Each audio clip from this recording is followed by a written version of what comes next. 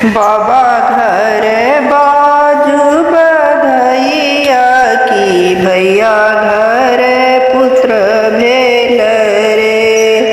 ललना रे चलू पिया हमरो नैहर बाकी नाच देखिया ए बरे। बाबा घर बाजू बधैया की भैया घर पुत्र भेल रे। ललना रे चलू पिया हमरो नैहर बाकी नाच देखिया ए बरे।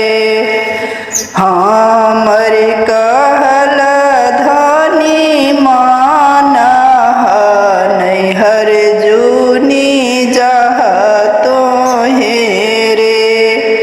ललना रे दुआरही नाटुआ नाचाए दुनू मिली देखब रे। हमर कहल धनी माना नैहर जूनी जाह तो हेरे। ललना रे दुआरही नटुआ नाचाए दुनू मिली देखब रे। कहल टरिय धनी गेली नाच देखियली हरे।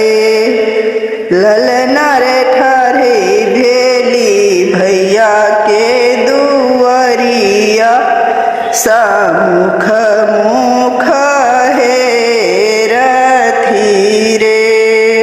कहल टरिय धनी गेली नाच देखियली हरे। ललना रे ठाढ़ी भेली भैया के दुआरिया समुख मुख हेरथी रे।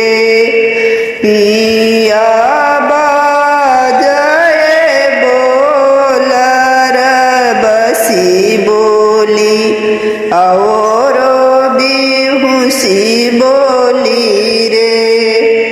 ललना रे आचरे वो छाए धनी लोटाए पलंग नहीं छूबए रे। पिया बाजे बोलर भसी बोली औरो बिहुसी